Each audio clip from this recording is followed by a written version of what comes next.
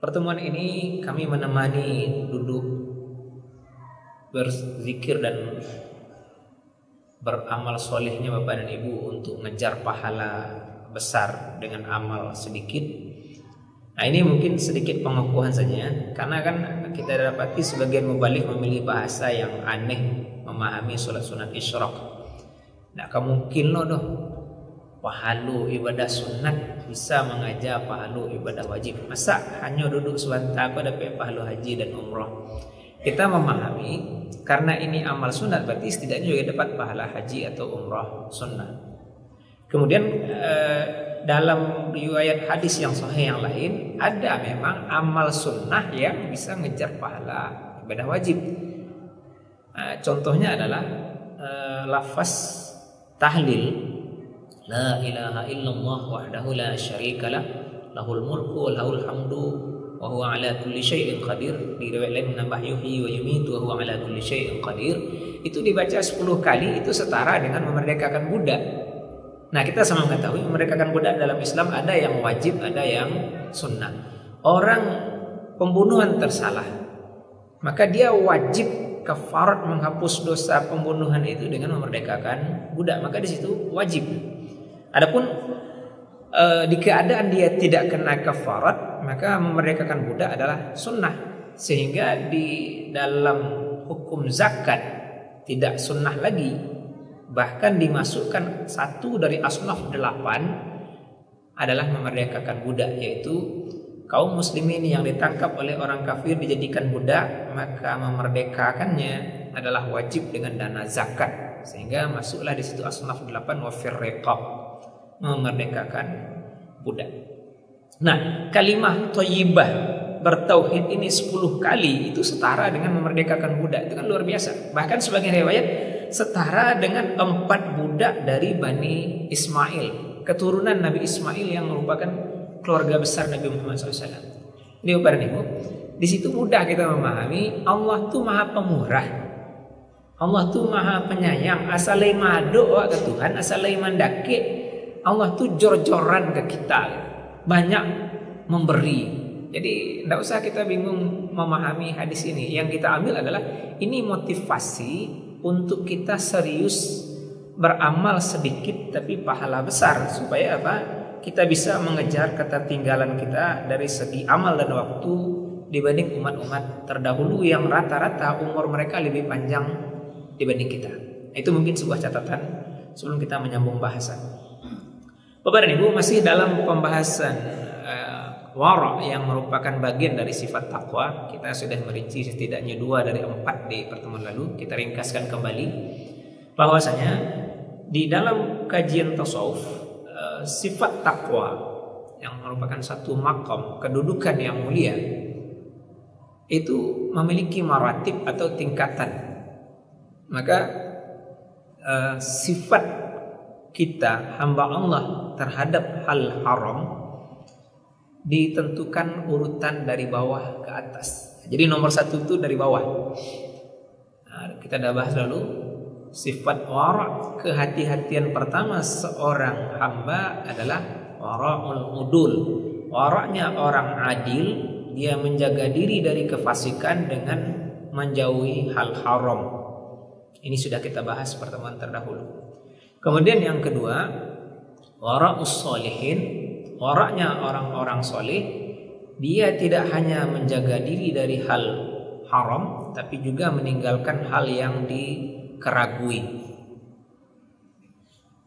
Maka kita kalau mau naik derajat Bapak dan Ibu, yang tidak cukup dah meninggalkan haram saja, nan dikeragui tinggalkan. Itu tanda orang soleh. Nah, ini dipulangkan kepada hadis yang sudah kita bahas di pertemuan terdahulu. Nabi memberikan aturan kepada kita, da' ma yaribuka ila ma la yaribuka. Itu bahasa ringkas. Tinggalkanlah yang engkau keragui kepada yang tidak engkau keragui. Adapun sifat wara' secara umum sebenarnya direferensikan kepada hadis yang dimasukkan oleh Imam Nawawi, 1 dari 40 hadis yang harus kita hafal, hadis arba'in. Dan seingat kami dulu kita bersama Buya Mukhlis Bahar sudah membahas hadis arba'in di majelis subuh Sabtu. Nah, maka kita ulang hadis ini. Al-halalu bayyin wal haramu bayyin wa bainahuma mushtabihat la ya'lamuhunna katsirun minan nas. Halal jelas, haram jelas. Di antara halal dan haram yang jelas ini ada yang mushtabihat, yang mirip-mirip, yang remang-remang. Ada unsur mirip ke terlarang, ada unsur mirip ke halal.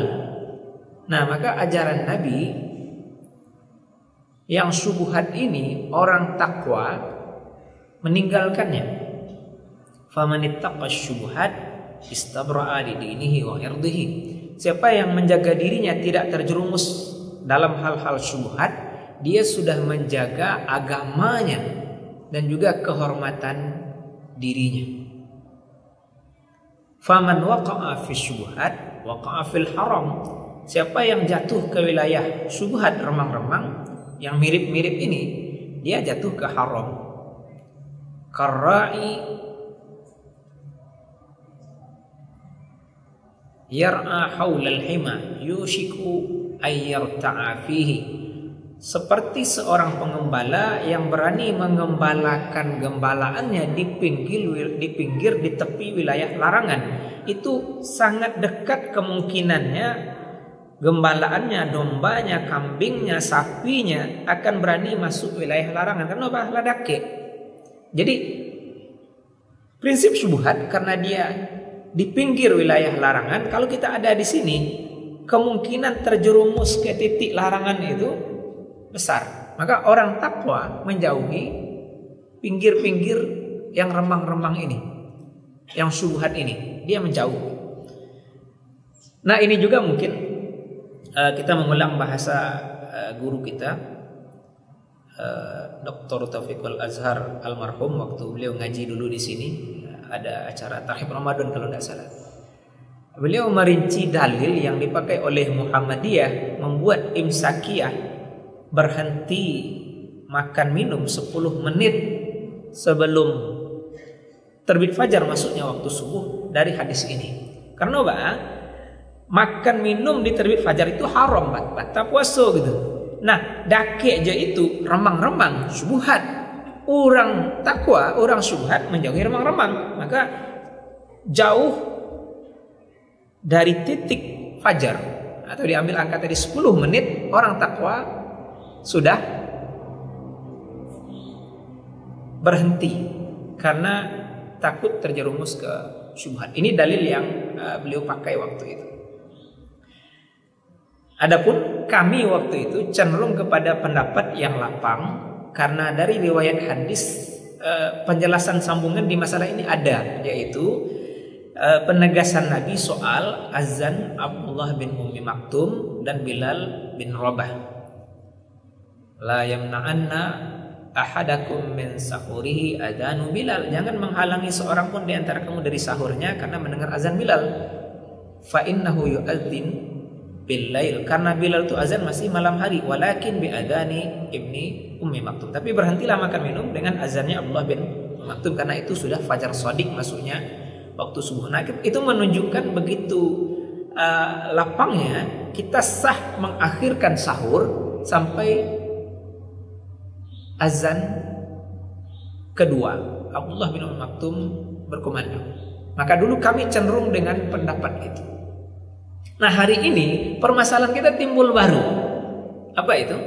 Muhammadiyah punya fatwa baru, azan subuh menurut ijtihad mereka masuknya waktu subuh lebih mundur 8 menit dibanding fatwa terdahulu. Nah, adapun umum terutama Departemen Agama sesuai dengan aplikasi yang kita punya itu masih memakai subuh lama. Maka bisa jadi Nahdlatul Ulama secara umum juga masih memakai jarak subuh lama. Maka di sini akan terjadilah yang tadi kita maksudkan. Adanya titik remang-remang. Kita kan tidak bisa memastikan nan betul Muhammadiyah atau pemerintah atau NU. Karena kami pribadi bukan ahli ilmu falak, bukan bidangnya. Maka di sini kami yakin ini dibuat oleh teman-teman panitia sesuai dengan yang kita sudah bahas dahulu, bahwasanya terbit fajar lah memulai puasa. Tapi dengan sekarang adanya dua fatwa begitu, justru prinsip kehati-hatian kami mengajak, ini kalau pengurus setuju ya, ini nanti kita robah. Kita imsak 8 menit sebelum azan subuh. Kenapa? Karena itu orang sudah azan di pemahaman terdahulu dan masih ada yang mengamalkan itu sampai sekarang. Iya kan? Ada orang menelah azan, berarti mereka lah puasa 8 menit sebelum itu. Nah, kalau tadi Muhammadiyah 5.13 subuhnya, berarti mereka kurang 8 menit jadi 5:11 ya tadi. 5:11 kurang 8. 5-3 menit mereka sudah puasa. Walaupun kalau kita ambil lapang, kita kembali kepada fatwa awal, karena Muhammadiyah menganggap subuh 5:11, kita berhenti 5:11 sah. Kenapa? Karena kita yakin itu fajar sodik. Sebelum itu bukan fajar. Kalaupun dia nggak fajar, fajar kadzib, fajar dusta, belum pasti masuk waktu subuh.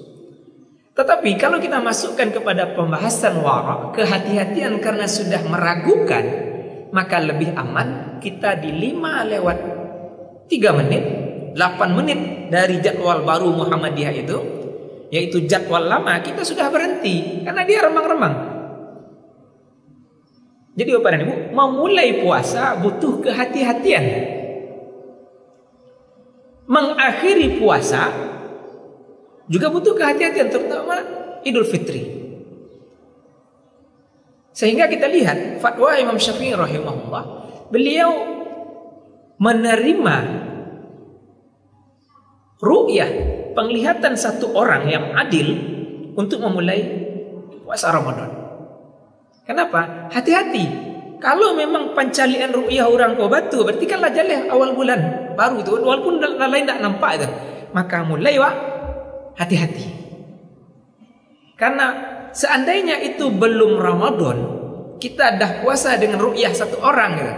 Mungkin orang ini salah calik, mau bahasa kakanda kita Ustaz Syarifat dahulu, beliau membahasakan ilmu falak mengatakan tidak bisa terlihat, tapi Arab Saudi ada saksi yang mengatakan melihat hilal, disumpah di pengadilan, diterima.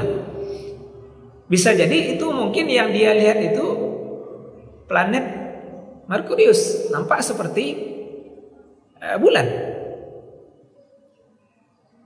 Ilmu falak mengatakan tidak bisa dilihat, tapi Saudi menerima kesaksian satu orang.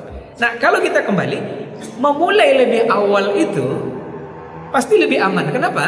Karena seandainya itu Sya'ban kita puasa, hukumnya paling hanya makruh.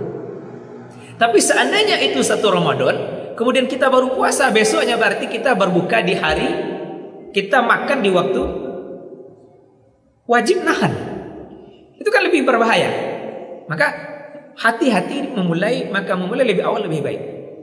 Nah, demikian juga pembahasan kita ini. Jadi kita berhenti 8 menit karena di situ ikhtilaf sekarang. Dulu kan tidak ikhtilaf, dulu sepakat. Indonesia dulu sepakat. Maka kami dulu waktu sepakat justru cenderung dengan lapang. Jadi kami sendiri sebenarnya tidak berubah pendapat ya. Tetap kita pendapat seperti yang lama, bahwasanya kita fajar sodik berhenti makan memulai puasa. Nah, sekarang itu jadi ruang ikhtilaf. Apakah azan jadwal lama itu sudah terbit fajar atau belum? Karena ikhtilaf ini menjadi wilayah syubhat remang-remang. Maka prinsip takwa mengajak kita kepada kehati-hatian. Itu kami membahasakan secara ilmiah. Karena ini ruang ikhtilaf, ruang perbedaan pendapat ulama, memang Bapak dan Ibu harus memilih. Tidak bisa Anda milih ikut Muhammadiyah azan subuh berhenti makan minum memulai puasa, sah, tidak ada masalah. Milih jadwal lama juga tidak ada masalah. Tapi kita kembali timbul masalahnya adalah di fatwa Muhammadiyahnya sendiri. Muhammadiyah melakukan pergeseran. Apa itu? Awal tahun mereka memfatwakan jadwal baru, maka mereka membuat imsak ihtiyati. Imsak kehati-hatiannya adalah 8 menit sebelum jadwal baru yang mereka buat. Nah, jadi kalau mereka tadi 5:11 subuh, maka imsak nyobit 5:03, ya kan? Perhatikan itu. Kalau Bapak Ibu lagi mencermati, saya ikuti itu. Tahun depannya, dan ini entah tahun keberapa ini, Mereka geser langsung 10 menit. Maka berarti 10 menit dari jadwal baru berarti 2 menit sebelum subuh jadwal lama. Oke? Kenapa? Karena memang dari dulu Muhammadiyah memfatwakan imsak itu untuk kehati-hatian 10 menit sebelum azan subuh. Jadi Bapak dan Ibu, karena ruang ikhtilaf inilah kami masukkan ini dalam bab kehati-hatian. Dulu ketika ada ikhtilaf, kami justru cenderung lapang. Azan subuh, apalagi kita jamaah itikaf udah biasa dulu kan. Sahur wak sama-sama makan gitu. Tapi air kok jangan di muka sejadah. Aduh, sama ini orang kazan nak minum, tanda mengakhirkan sahur. Itu sekarang kita lakukan, bisa, tidak ada masalah. Ikut jadwal baru itu tidak ada masalah. Tapi prinsip kehati-hatian karena ikhtilaf, karena perbedaan pendapat, maka mengambil yang hati-hati pasti lebih selamat. Nah, itu titik yang kita ingin kokohkan. Kemudian Bapak dan Ibu, mengakhiri puasa.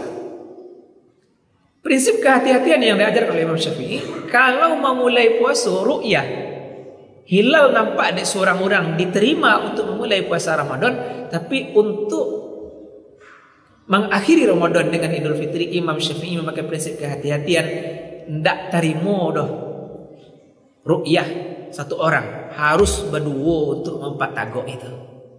Karena resiko dia salah ada.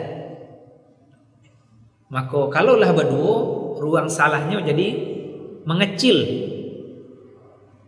Awak babuko di hari Ramadan itu lebih besar dosanya dibanding awak berpuasa di hari Idul Fitri. Dua-duanya dosa, cuma kadarnya tidak sama. Babuko di hari wajib berpuasa itu haramnya lebih berat dibanding berpuasa di hari haram berpuasa. Nah, jadi sudut pandang ini kita masukkan dalam bab takwa kehati-hatian. Jadi Bapak Ibu, kalau kita ngaji fikih dia lapang, tapi kalau kita ngaji tasawuf, prinsip hati-hati lebih dominan. Nah, ini mungkin satu hal yang kami ingin kokohkan. Sebelum kita masuk ke bagian ketiga tentang wara'ul muttaqin itu sendiri, waraknya orang-orang takwa. Imam Ghazali rahimahullah memulangkan fatwa soal waraknya orang-orang takwa dengan hadis Tirmizi yang sahih. Bismillahirrahmanirrahim. La yablughul 'abdu ay yakuna minal muttaqina hatta yada'a ma la ba'sa bihi hazran mimma bihi ba'sun. Tidak sampai seorang hamba kepada derajat muttaqin, orang takwa yang hati-hati, sampai dia meninggalkan hal yang tidak apa-apa hukumnya, boleh. Tidak apa-apa itu kan boleh. Tapi karena dia takut hal tidak apa-apa ini, hal boleh ini menarik kepada hal haram, hal terlarang, maka dia tinggalkan.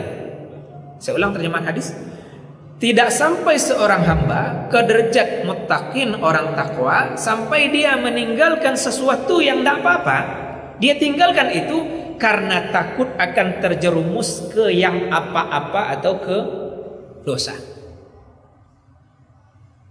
Maka Bapak dan Ibu, prinsip takwa ini memang dengan sudut pandang akhirat.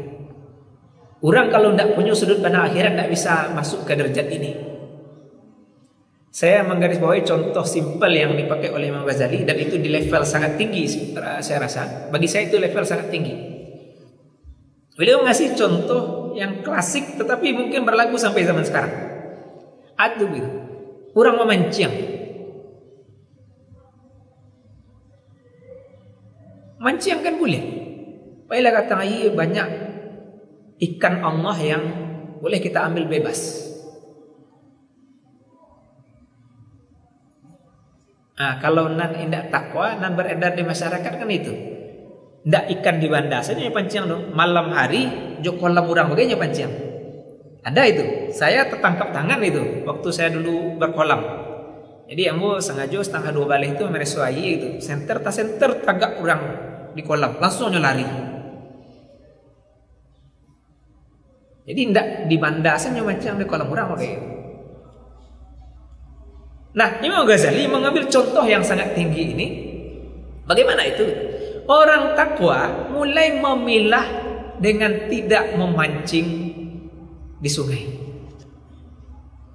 Karena nyo mencari sudut pandang akhiratnya. Sumber rasa kinan dapat dia tu yo jaleh subhana barasih. Bagus itu karena ikan di sungai punya kemungkinan. Memang aduh nan ikan ko beranak di sungai, batalu di sungai, gadang di sungai. Memang ikan punya Allah, alun balebel punya manusia. Maka itu halal. Aduh juga kemungkinan, apalagi kemarin itu banjir di Lima Manih, bahkan tadanga ada orang-orang nambah kolam itu rata-rata kan kalau nila niu balabu petani tambak ini baru panen ketika ikanku paling ketek barik 3 kilo 3,5 on, ada yang 2 kilo itu dibakar biasanya enak itu. Nah itu dek banjir sampai ke muka rumah lewat segadang-gadang itu. Maka ikan ini hanyut ke sungai. Asalnya adalah ikan urang di kolam, tiba di banda. Anila kadang-kadang itu kan tak bisa medan kukunya gadang di banda atau hanyut dari kolam. Maka orang takwa katanya Ghazali meninggalkan karajo mancing di sungai. Karena apa? Nyo ragu. Ikanku gadang di banda atau ikan hanyut dari kolam urang. Dia tinggal. Kenapa? Karena dia tidak memastikan. Secara fatwa Bapak dan Ibu itu halal. Ikan kalau tiba di banda memang bukan karena usaha kejahatan gitu, itu sudah halal. Jadi milik umum.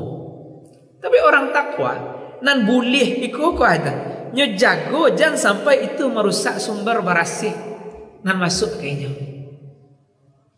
Di sini juga lah kita dapati ibunda Imam Syafi'i rahimahullah mencuki mulut Syafi'i kecil ketika disusuan deh tetangga liupai Syafi'i lalu jago lalu mararau. Ini kan kisahnya sudah umum ya bagi kita yang ikut mazhab Syafi'i. Kisah ini sudah umum, indah sekali. Tetangganya kan elok, lalamu anak ketek ke mararau mandian aduh. Nah namanya anak ketek pari lapa mana ni disusuan. Anyang anu lapanya. Ibunya pulang tahu tetangganya susu lapai, tetangganya kan tahu dicuki muncul Syafi'i kecil memuntahkan susu tadi nan alah susu hari. Bukan beliau mencurigai tetangganya makan haram, tidak, cuma memastikan nan masuk ke perut Syafi'i kecil ini rahimahullah seluruhnya barasih. Apa hasilnya pada ini? 7 tahun hafiz Quran. 15 tahun sudah jadi mufti. Sudah boleh berfatwa, sudah boleh menyimpulkan hukum. Justru orang kayak menjago barasi hanya masuk ke pari anak. Maka hari ini kita kan tidak tahu ya.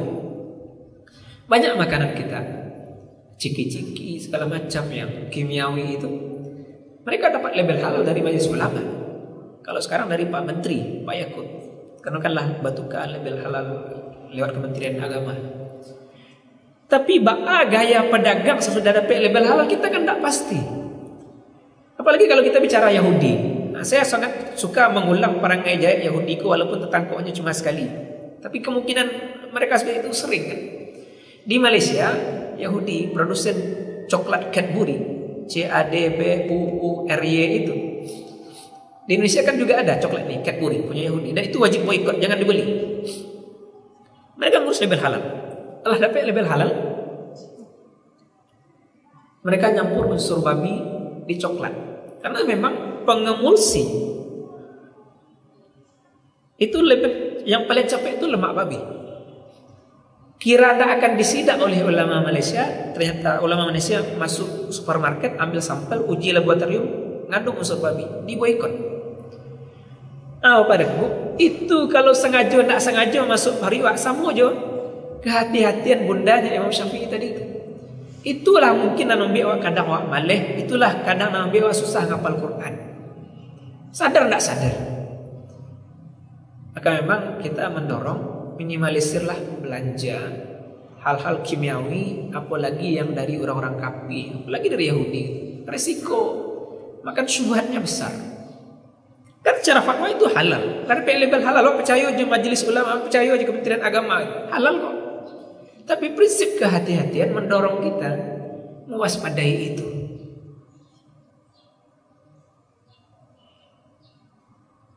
Ini hal yang semestinya kita usahakan. Tapi tentu saja sebelum kita bicara level 3 ini Bapak Ibu, mari kita turun lagi ke bawah.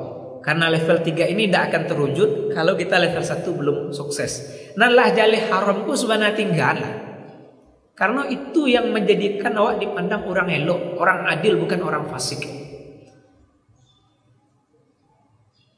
Nah, sudah itu baru naik beko wara'us sholihin. Nah, ragu-ragu itu tinggal. Nah, baru naik ke level wara'ul muttaqin. Nan boleh saja ditinggal dek takut terjerumus kah? Nah, tidak boleh. Ya, saya mohon izin pakai 5 menit lagi.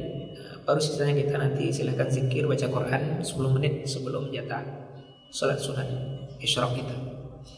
Jadi Bapak dan Ibu, sentuhan ini dibutuhkan oleh kaum muslimin hari ini. Karena kalau kita mengabaikan urutan takwa ini,